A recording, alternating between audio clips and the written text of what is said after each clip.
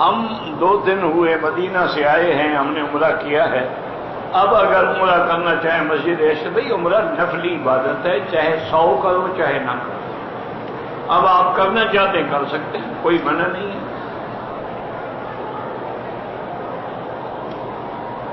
کہتے ہیں کہ عرفات کا دن جو ہے پوری دنیا کے لیے ایک ہے. کیوں پوری دنیا کے لیے؟ کہ ہر جگہ عرفات ہے.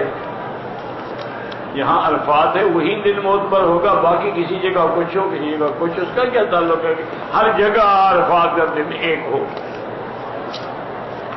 یہ دیکھا میں نے کہا نا، اسی طرح لوگ مسئلے گھڑتے ہیں. بھائی عرفات مکے میں ہے کیا پوری دنیا میں عرفات ہے؟ اور حج ہی عرفات میں جو مکہ میں اسی میں ہوتا ہے یا پوری دنیا میں ہوتا ہے؟ تو پھر ہر جگہ ایک ڈیٹ ہونے کا کیا مطلب؟ جب ہمارے یہاں 9 ہوتی ہے، کہیں 8 ہوتی ہے، کہیں 10 ہوتی ہے.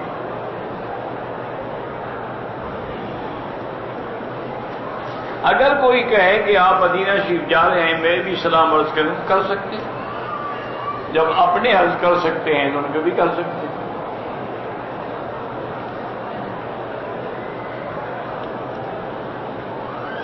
کہتے ہیں جی اللہ نے ہمیں بیٹا دیا ہے، ہم اس کا عقیقہ کرنا چاہتے ہیں. کیا یہ ہو سکتا ہے کہ ایک بکرا ہم یہاں سعودی عرب میں ذبح کریں اور ایک پاکستان میں؟ ٹھیک ہے، تمہاری مرضی ہے، ہمارا 2 بکرے تم نے کرنے ہیں. ایک جگہ کرو یا الگ الگ کرو.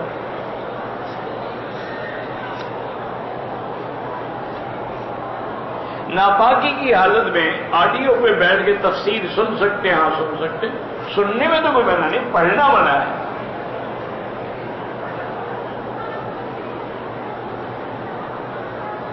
بہرحال یہ جو انبیاء علیہم السلام کی ملاقاتیں ہیں معراج کی رات، یہ روایات میں مختلف ہیں. کہیں یوسف علیہ السلام کا ذکر ہے، کہیں تو یہ کوئی ایسا مسئلہ نہیں. اصل مسئلہ یہ ہے کہ انبیاء سے ملاقاتیں ہوئی.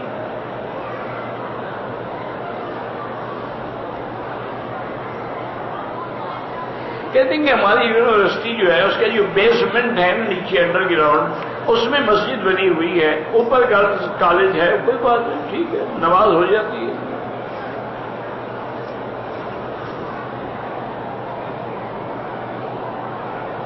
میری اہلیہ کو ڈینگی کی مرض ہو گئی ہے، اللہ شفا دے.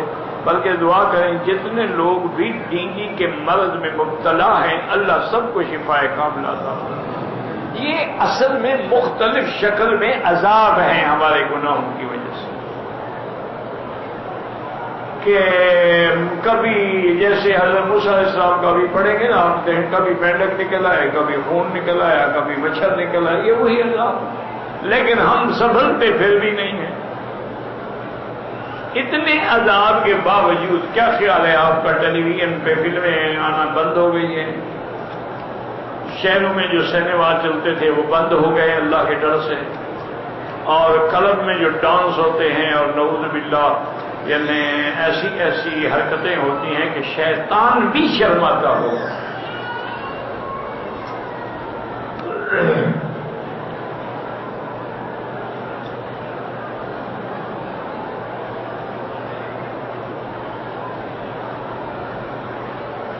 بہرحال یہ تو آپ حضرت مولانا طارق جمیل صاحب سے پوچھیں. ویسے دعا کریں، ان کو تکلیف ہے، اللہ ان کو شفائے کام لاتا. وہ کہتی ہیں کہ میں نے یہ سند جو ہے محمد عبداللہ سے، اور محمد عبداللہ نے خیر محمد سے سنی. اب اللہ عالم خیر محمد سے میرے والد مراد ہے یا کوئی اور مراد ہے، مجھے کیا پتا ہے. خیر محمد تو کئی نام ہیں، جیسے ہمارے بزرگوں میں حضرت مولانا خیر محمد جلندری بھی تھے، خیر المدارس سلطان والے، بہت بڑا ان کا مقام تھا. تو یہ تو آپ ان سے پوچھ سکتے ہیں نا کہ بھی خیر محمد سے مراد کیا ہے. باقی بہرحال وہ بڑی بیماری میں ہیں بیچارے، اللہ پاک ان کو شفا کاملہ عطا فرمائے. مجھے جہاں تک پتہ ہے وہ کینیڈا میں زیر علاج ہیں، اور کہتے ہیں کہ اس بیماری کا اور پوری دنیا میں کہیں علاج ہی نہیں ہے. اللہ کے امتحان، یہ بھی امتحان ہے. اللہ والوں کے لیے امتحان ہوتا ہے، گناہ گاروں کے لیے سزا ہوتی ہے.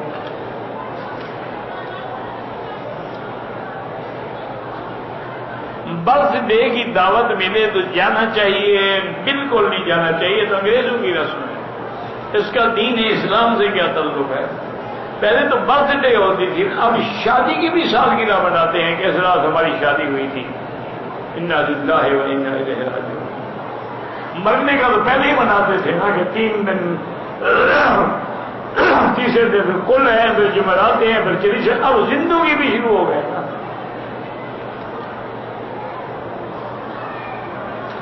بد نظری کا کوئی علاج، اصل علاج تو وہی ہے جو قرآن میں ہے کہ کل للمؤمنین یغضوا من ابصارہم، ایمان والوں سے کہو اپنی نظروں کو دبا کے رکھیں۔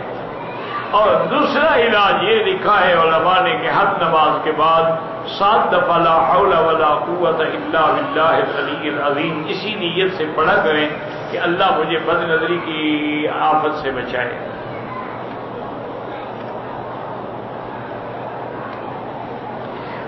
مجھے پریشانی ہوتی ہے کہ اتحیات میں بھول جاتا ہوں، کوئی بات نہیں، اللہ پاک رحمت کریں گے۔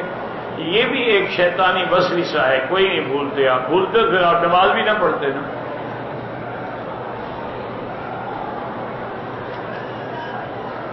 اگر ہم نے جوتے پاؤں میں پہنے ہوئے ہیں، کرسی پہ بیٹھے ہیں اور کرسی پہ بیٹھے ہوئے ہم قرآن پڑھ رہے ہیں تو کوئی حاضر نہیں، کچھ نہ کہو یار بچہ چھوڑ دو، اس کو اس کے حال پہ چھوڑ دو، تو بہرحال پڑھ سکتے ہیں۔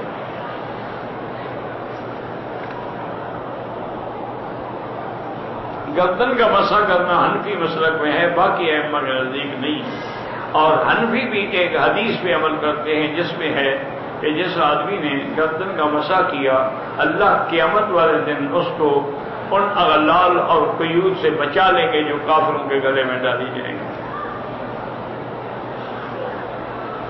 طواف کے دوران میں اپنی زبان میں بھی دعا مانگ سکتے ہیں، بالکل مانگ سکتے ہیں۔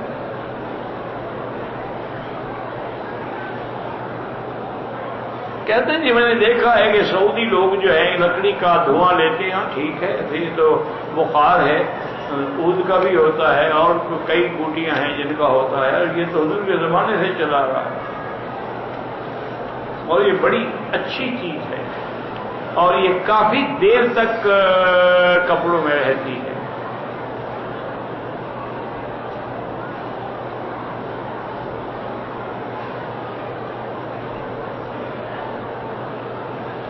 کہتے ہیں جی کہ میں نے ایک لڑکی نے میڈیسن کمپنی میں درخواست دی ہے، 2 مہینے ہو گئے، مجھے جگہ نہیں مل رہی۔ بہرحال آپ 2 رکعت نماز پڑھ کے روزانہ 500 دفعہ حسبنا اللہ و نعم الوکیل پڑھ کے دعا کیا کریں، اگر تمہارے لیے خیر ہے تو اللہ کرے گا مل جائے گی۔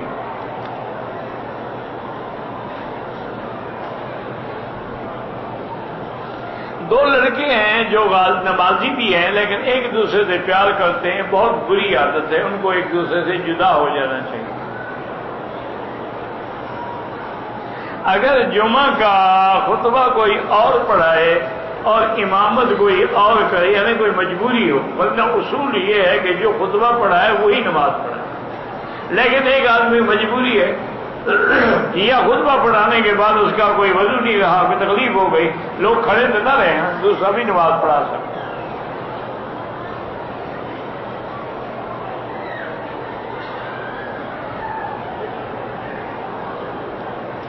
مجھے گھر کے لیے پلاٹ لینا ہے، یا تو شیعہ کے امام بارگاہ کے سامنے مل رہا ہے یا پھر بریلوی مسجد کے سامنے، اور کوئی جگہ نہیں، کوئی بات نہیں، استخارہ کرو، جو خیر ہو لے لو۔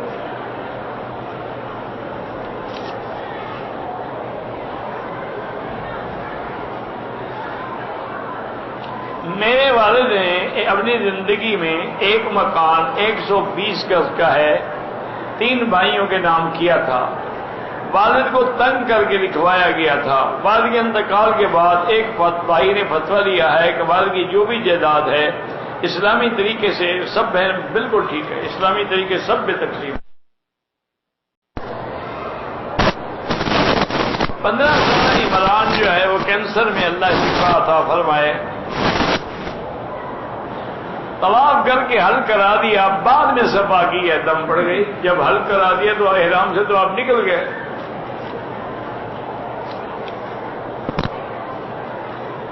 میری بیٹی کے دل میں سوراخ ہے، اللہ شفا عطا فرمائے۔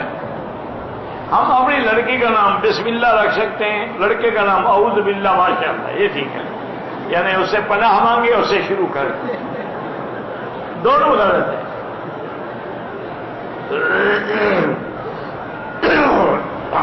جو لوگ سعودیہ میں رہتے ہیں، سعودی حضرات جو خیرات دیتے ہیں وہ لے سکتے ہیں، غریب ہیں تو لے سکتے ہیں۔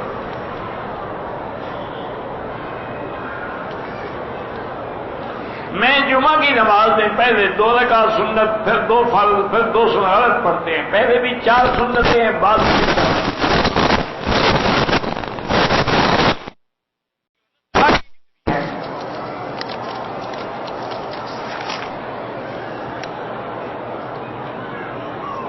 خانہ کعبہ کے دروازے یا دیواروں کو نہیں پکڑنا چاہیے ما سوا ملتزم کے۔ میری والدہ فوت ہو گئی، اللہ ان کی مغفرت فرمائے، درجات بلند کرے۔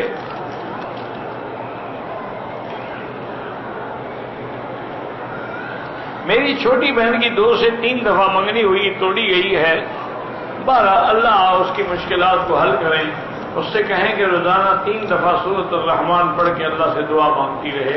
یہ ہوتے ہیں، حالات بن جاتے ہیں، اس کو گھبرائیں نہیں۔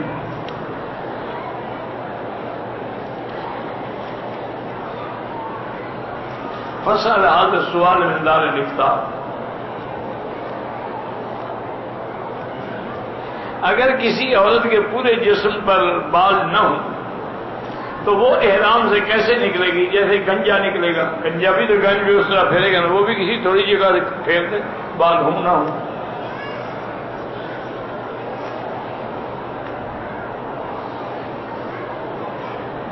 اگر کبوتر کی بیٹ لگ جائے کپڑوں میں، نماز ہو جاتی ہے۔ پنجرے کے اندر پرندے پال سکتے ہیں، لیکن ان کے حقوق کا خیال کریں، ان کا پانی وغیرہ، خوراک وغیرہ وقت پہ دیں۔ زکات کے پیسوں سے کسی کا قرض ادا کر سکتے ہیں، جس کا قرض ہے اس کو مالک بنا کے دیں، وہ اپنا قرض ادا کریں۔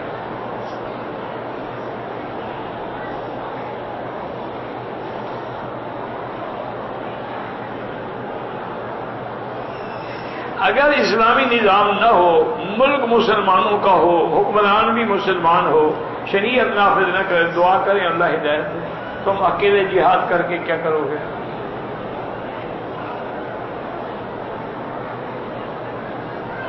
اگر کوئی آدمی کسی گناہ میں مبتلا تھا لیکن اس کو پتہ نہیں تھا کہ یہ گناہ ہے، بہرحال اللہ مغفرت فرمائے۔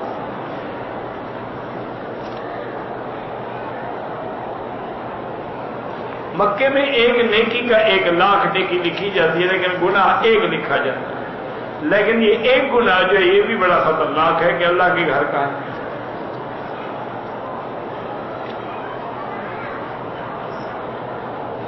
میں نے عمرہ کیا، بال اوپر سے ذرا اگر تو بال چوتھا حصہ کٹ گئے ٹھیک ہے، ورنہ دم ہے۔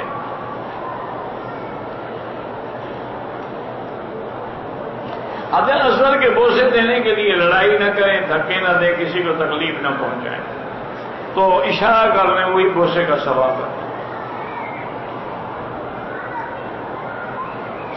زخم سے احرام کی حالت میں خون آ گیا، کوئی دم نہیں۔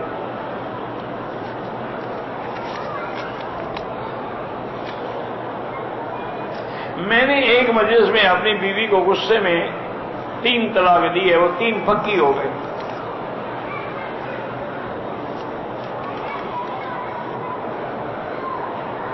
اگر بعض لوگ جو ہاف بازو والی قمیصیں پہنتے ہیں، نماز مکروہ ہو جاتی ہے، پوری بازو والی قمیص پہنا کریں۔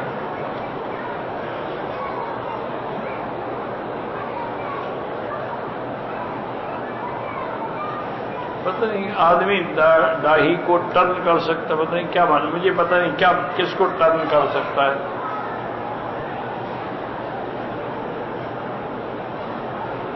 بہرحال ایک اور لڑکی کو اس کی گردن میں تکلیف ہے، اللہ شفا دے۔ سنت مؤکدہ چھوڑنے سے بالکل گناہ ہوتا ہے، اس کا درجہ تو فرض اور واجب کے بعد ہے، اور جب آدمی سنت چھوڑنے کا عادی بن جائے نا پھر وہ فرض بھی چھوڑ دیتا ہے۔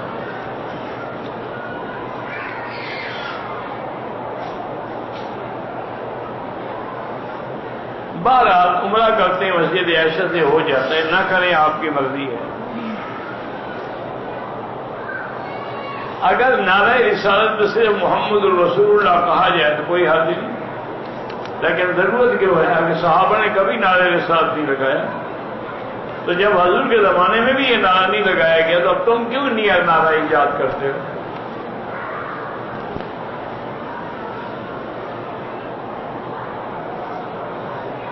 تین 300 مرتبہ ہم سورۃ اخلاص پڑھیں، انشاءاللہ اللہ پاک جنت میں گھر دیں گے۔ اگر ہم سورۃ یاسین پڑھیں گے حرم میں تو باقی ایک لاکھ کا ثواب ملے گا۔ علی رضا سعودیہ میں رہتے ہیں، اللہ ان کی پریشانیاں دور کرے۔ بہرحال جو لوگ نماز میں امام کے آگے ہوں گے ان کی نماز نہیں ہوگی۔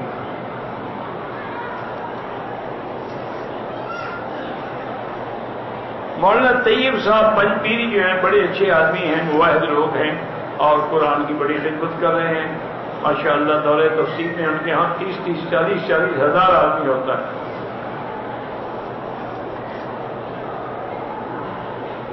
ایک عمرے کے بعد دوسرا عمرہ فوراً کر سکتے ہیں، لیکن بہتر یہ ہے کہ طواف زیادہ کریں اور عمرے کے درمیان وقفہ دو تاکہ کچھ بال نکل آئے۔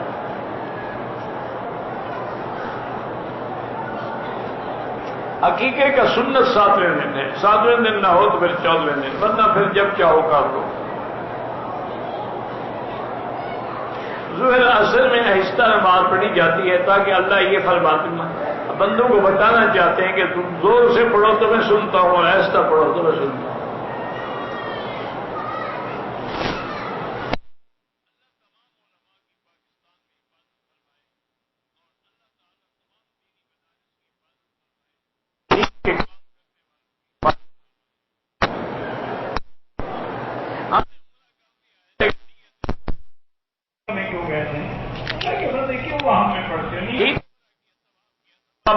نیت نہیں تھی۔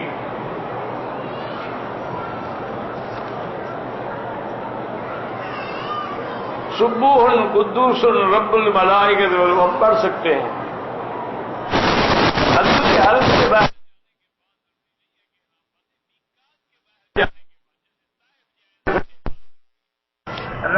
احرام ضروری ہے، مدینہ پاک جائیں تو ضروری ہے، یہ تو نہیں کہ جتنے جائیں وہاں ضروری نہیں ہے۔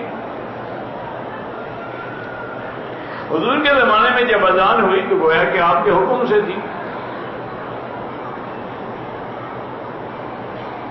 کہتے ہیں جی کہ اذان سن کے کہتے ہیں شیطان بھاگتا ہے، کتنا دور جاتا ہے تمہیں بتاتا نہیں ہو؟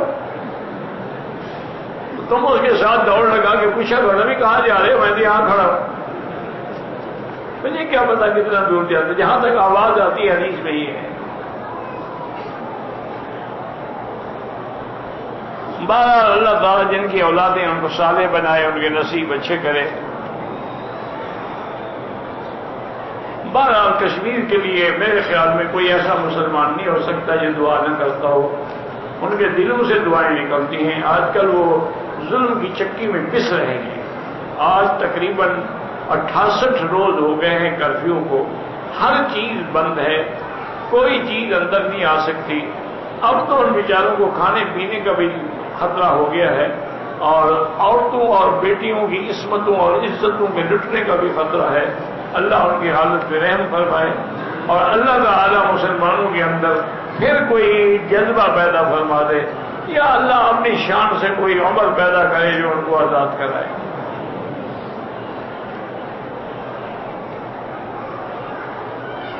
کہتے ہیں کہ جنت میں جانے کے بعد ہم یہ کہیں کہ ہمیں بدر کا موقع ملے، وہ جو دنیا میں تھا وہ نہیں ملتا۔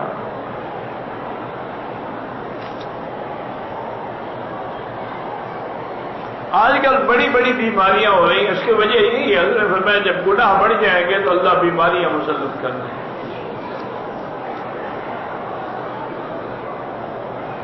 میاں بیوی نے عمرہ کیا، میاں نے عمرے کے بعد ٹینٹ کروا لی، لیکن بیوی نے بال نہیں کاٹے، احرام اتار دیا۔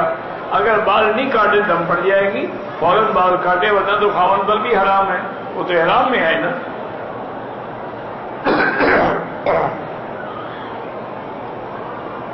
اگر سعودیہ سے کوئی پرندہ لے جانا چاہے تو کوئی قانون والوں سے پوچھو، مجھے کیا پتا، لیکن حدود حرم سے کوئی پرندہ نہ پکڑنا۔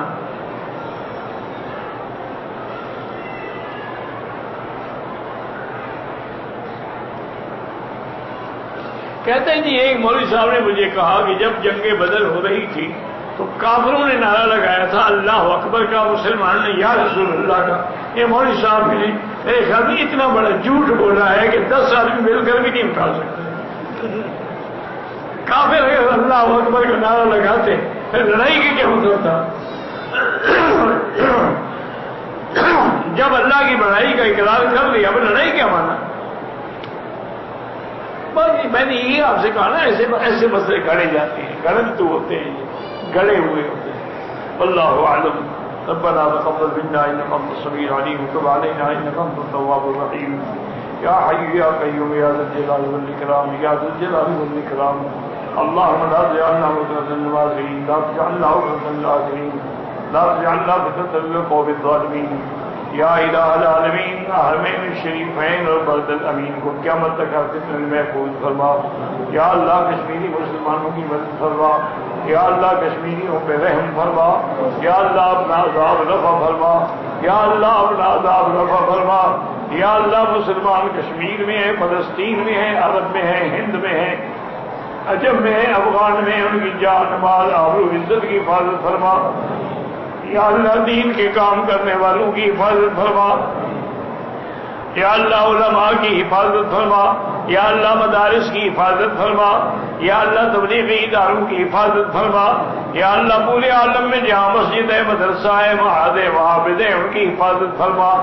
ربنا آتنا فی الدنیا حسنۃ وفی الآخرۃ حسنۃ وقنا عذاب النار۔ ربنا ظلمنا انفسنا ان لم تغفر لنا وترحمنا لنكونن من الخاسرين ربنا لا تؤاخذنا ان نسينا واخطانا ربنا ولا تحمل علينا اصرا كما حملته على الذين من قبلنا ربنا ولا تحملنا ما لا طاقة لنا به واعف عنا واغفر لنا وارحمنا انت مولانا فانصرنا على القوم الكافرين وصلى الله تعالى على خير خلقه سيدنا محمد وعلى آله وصحبه اجمعين۔ اللہ